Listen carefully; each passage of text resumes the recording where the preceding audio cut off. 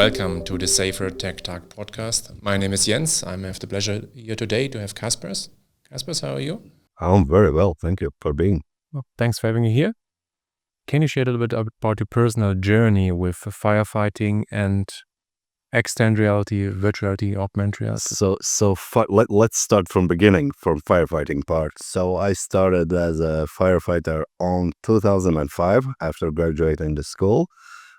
Did fire service for 6.5 years as a firefighter rescuer in a local town where I'm actually from.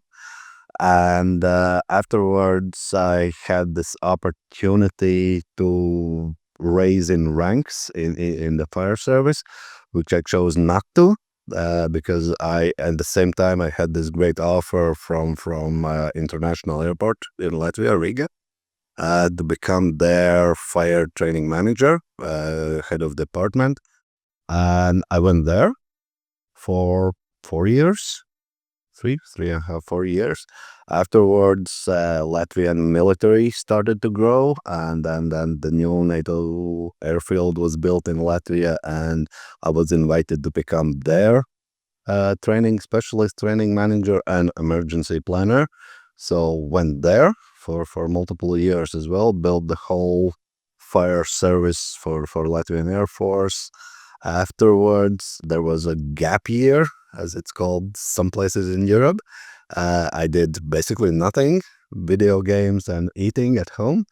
And then the COVID started. Then I was starting a conversation with now partner of mine in business, Martin.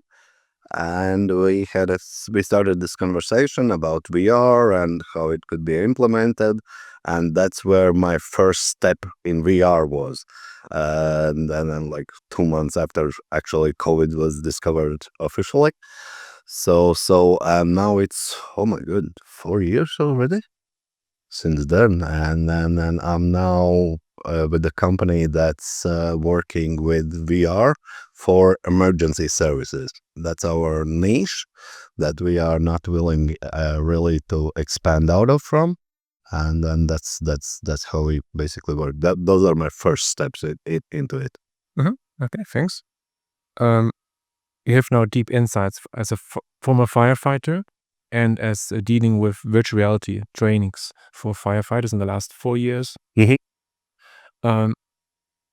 When you look at both parts, the experience as a firefighter and the experience with the VR, where do you think it has the potential to change the firefighting training, or does it has the potential to change? So I'm always saying this quote of mine that if I would get when I was in school, if I had the opportunity to get my hands on these technologies that are available today, I would have become much better firefighter, because virtual reality and other types of digital realities actually allows to do much more that you are, for different reasons, everybody knows those reasons, and then for different reasons you can't do in real life. Is it money, is it risk, or is it that or this? So for young firefighters nowadays that have access to these technologies, I believe it's a huge advantage against the old timers that use conventional or as we call it, traditional fire training. Because the thing with virtual reality and conventional, if we call it that, firefighting, is that conventional has been done for 100 years. Let's say 100-year history, and it hasn't changed a bit in this time. The last real innovation in firefighting was 50 years ago, like real innovation. And then with virtual reality, that's an innovation that opens so many doors to become better, more educated, more experienced firefighter already before you actually start your service or in being in service. Okay. Where do you think virtual reality has its place in firefighters training, and where maybe augmented reality has its place?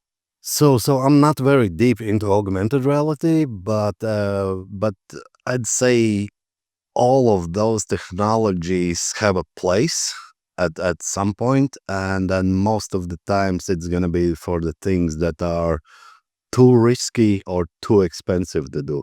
Because for comparison, average fire training simulator for firefighters nowadays is what, 50,000 euros, something like that. Yes. So to build a full scale live fire trainer with all its implications for health hazards, risks, and environment, those start at 500,000.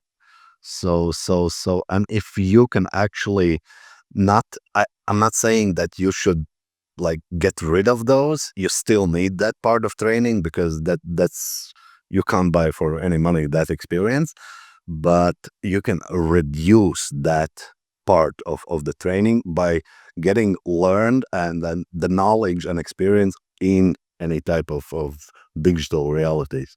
Mhm. As you're working with firefighter organizations, what do you think is a problem or hurdle they have to jump over to use these technologies? So it's something that has been discussed for many times the recent 2 years. So basically, I don't like to use the word fighting, but we are against traditions. So firefighters are very tradition-based service. It's like it's built around those 50 years in the past. So, and I would say the traditional mindset is the biggest hurdle, because if we've done something for 50 years and it works, is it the correct way or not? That's a different question. But if it works, it's you don't see a real need to change such things. So it's hard to see the problem if you haven't actually been directly hit with it, basically. So I'd say the biggest hurdle is tradition in fire services that we are against. So and it's not a tradition to use any type of digital learning technologies. And how you can overcome this tradition, or do you have to overcome it? We should. We should. Everything leads to that, and cancer awareness, environmental awareness, and then risks and budgeting expenses. So there are many reasons why we should. Uh, the question is when and how much we should. I wouldn't be like pro to that thing that we should all things should go digital. Not at all. That there still needs to be things that stay the old way. But yeah, it's some things has to be changed. Is the only question when and for how much. Where do you would like to see the SAFAR project to have an impact?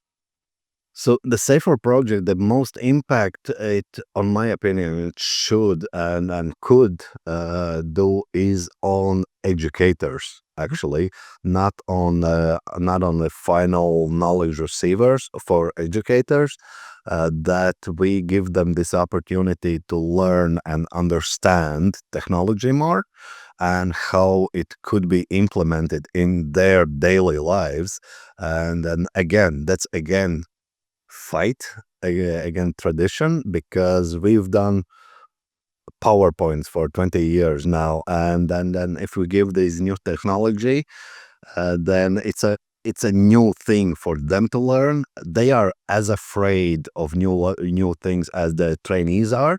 So we give them this opportunity in a safe, up to their pace, learn these things and allow them to get more knowledge about technologies, not as much as they need to train with them, but get more knowledge about what's what and how it can or should or could be used. When you would look 5 years in the future, where do you think XR is, extended reality, virtual reality, augmented reality, and where it is in firefighters training? So it's I wouldn't say that I see that, but my dream would be that's where I would go. That I'd say we raise the usage of these digital technologies to cut, not cut, to basically expand the training. Let's say if now 100% is conventional training, if we can put those frames on them, then at least 35% of that is done using digital technology, because there are multiple researches that shows that already we can cut up to 70% to give the same perspective, the same perception of the learning subject with digital technologies. So I would say the dream would be at least 35% is done on digital tool. No, that's a quite optimistic view. I'm optimistic person. That's it. Okay, thank you very much. Thank you to have you here, and we are here soon. Thank you. Bye bye.